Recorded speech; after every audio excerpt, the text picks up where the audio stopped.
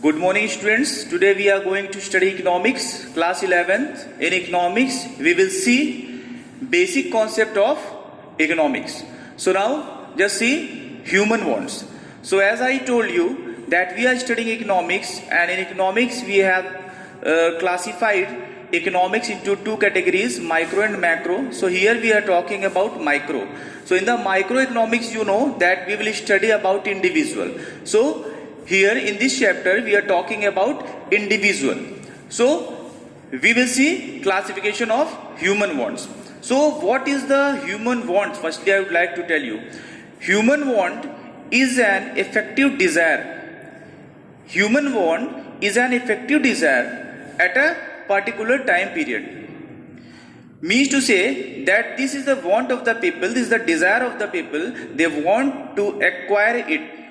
Means this is not the demand. When you will see demand, so it is related with the macroeconomics.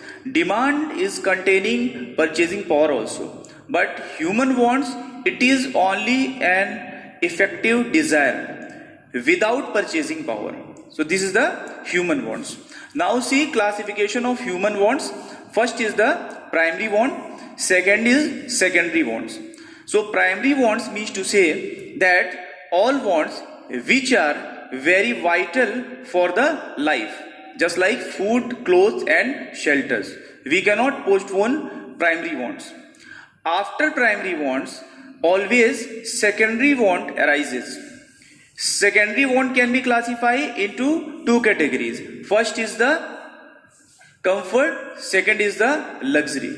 Comfort means to say that secondary wants containing two types of wants, comfort and luxury. Comfort means to say that for happiness of the people, they are acquiring it for the happiness. Just like people, they are taking cooler, they are purchasing cooler in their room. So this is the comfort want. Second is the luxury wants.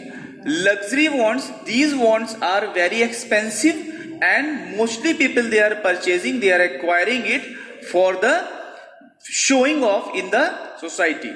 These are the luxury want. Just like expensive cars, BMW car or AC in the rooms, we can also manage with the cooler, but we are taking AC. We can also manage with the small car, but we are purchasing BMW only for the showing off in the society. So these are the luxury wants. Now next topic is classification of wants. I told you human wants can be classified into primary wants, secondary wants, necessities, comforts and luxury, I told you. Now next is the features of human wants. There are some types of features of human wants, because you can understand, you can easily know that what are the features that we can understand these are the human wants. Now see, first is the wants are unlimited. So wants are unlimited, it never end. From birth of a child till the death, it will continue. So wants are unlimited. Second is wants are complementary. Means wants are complementary. Suppose if you are purchasing car, so with the car you will have to take also petrol for driving a car. So some wants are complementary. This is the feature of the want. Now next is wants are multiply. Means wants never end, I told you, but it also increase time to time. Means if you have some types of want, so it will be increased after some time. So wants multiply. Next point is wants recur. Means to say that if you have any want, so after some time it will arise again. Means you will never satisfy with some types of want. If you are liking to eat some types of food, so after some times you will again like to eat that food. So it is recurring in the nature. Next point is a seventh. A single want can be satisfied.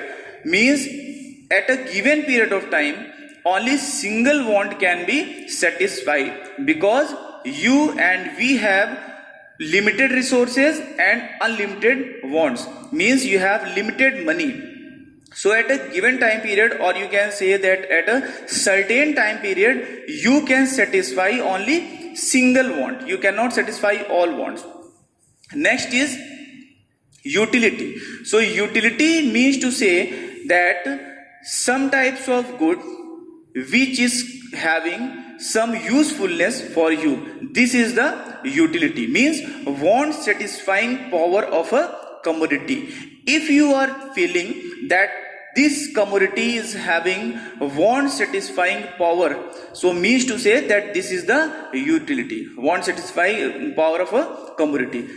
Next is the features of utility.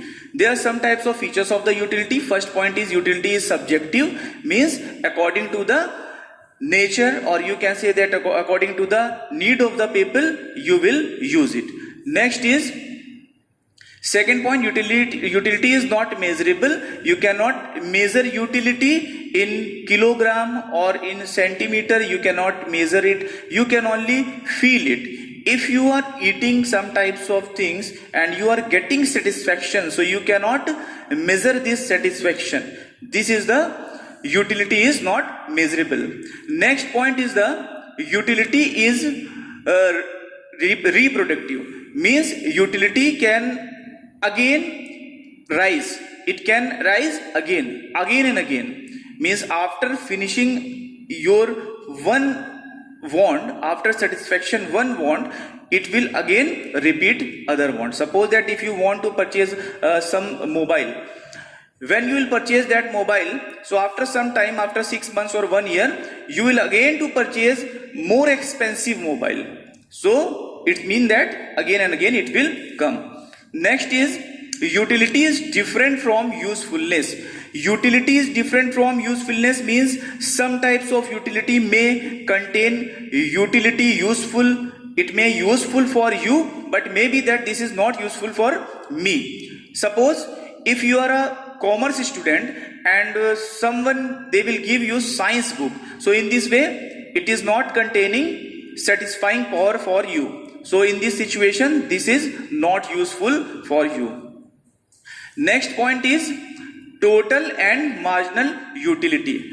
Total and marginal utility. Now I told you utility means want satisfying power of a commodity, that is a utility. Now there are more 2 points, total utility and marginal utility. So total utility means to say that a particular, or you can say that a certain amount of a commodity which can satisfy your want in a given period of time. Suppose chapati is having utility for you, means if you are hungry in this condition, if you know if you hungry and you know very well that if you will eat chapati, so it is containing utility for you, but what quantity you will get, means to say that total amount of satisfaction obtained from a commodity, obtained from consuming the commodity, that is called total utility. Maybe that 2 chapati when you will eat, so this is your total utility. Maybe 4 chapati for me, this is my total utility. So this is different from the person to person. So this is the total utility. Now next point is the marginal utility. Marginal utility means to say that after consumption of total utility, a certain amount of a commodity, when one more unit of, means additional unit of a commodity when you are consuming, that is your marginal utility. Suppose if 2 chapati is enough for you, you can eat 2 chapati. But after 2 chapati, if one more unit of the chapati you are eating, one more chapati you are eating, in this situation, this is the additional unit you are consuming. So this is the marginal utility. Okay. Now next point is business cycle. Business cycle, what is business cycle? I would like to tell you. So we can understand business cycle in 2 ways. First according to the micro, and second is the macro. If you will see at a macro level, so business cycle, it is related with the up and downs in entire economy. Economy means country. In any country, while we are studying about ups and down, means fluctuation, recurrent fluctuation of an economy in any country, means what is the condition of all the activities in a country, means demand of the things and supply of the things, other factors, what is the situation, what is the price level, what is the GDP, what is the economic development. So we can see here business cycle at a macro level. But if I will tell you at a individual level, at a micro level, so easily you can understand. Suppose this is the business cycle, so means to say that you are talking about a business. We can also call it trade cycle. Business cycle can also be said trade cycle. So now see, business cycle is generally divided into 4 phases. There are 4 points in a business cycle, means if you are studying about a economy, a country, so you'll have to divide in 4 parts.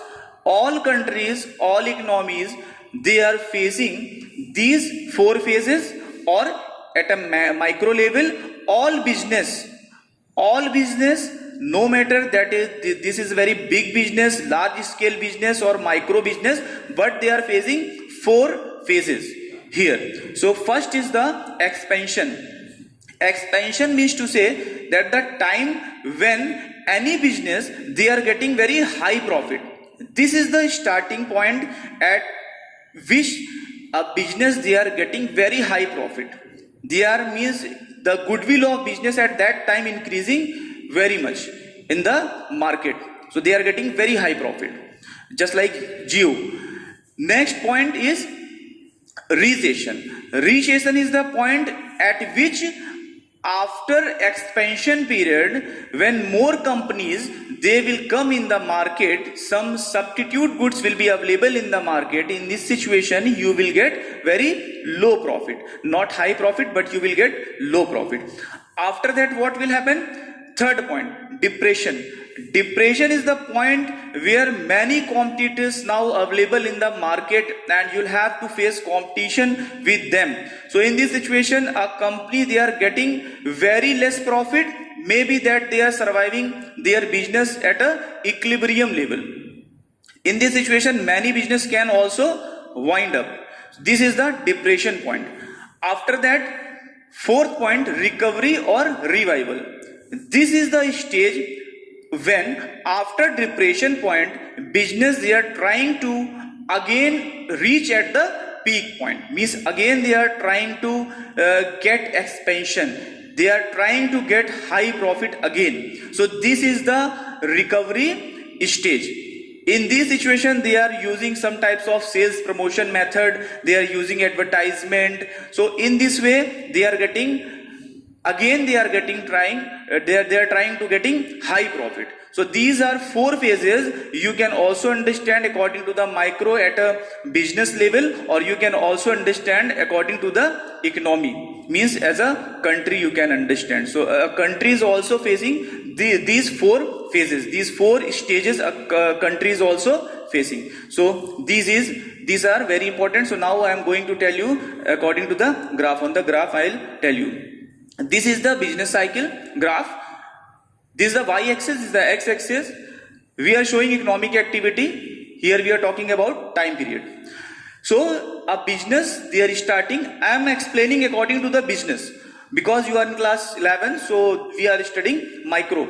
So from here we are starting, and this is the prosperity point. A business, they are getting very high profit, and here you can see that this is the peak point. This is the peak point. At this level, at this stage, business, they are getting very high profit. After that, recession means when any business, they are getting very high profit. So more business, more companies, many products, they will also come in the market for getting profit. So this is the recession point. Here you can see there is a downward slope of the curve, means they are getting low profit now, and at the level of depression they will reach.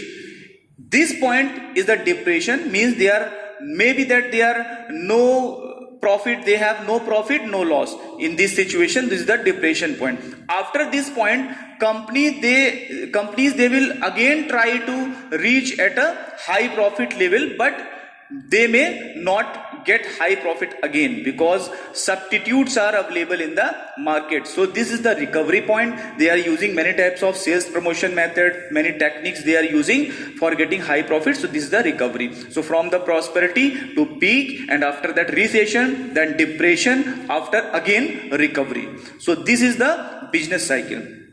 Again, now next point is the per capita income. I would like to tell you, this is very small but important point, per capita income. So what is the per capita income? You can say that this is the average income of the country, but you can also easily understand as a per capita income is a per head income of people, means per head income of people.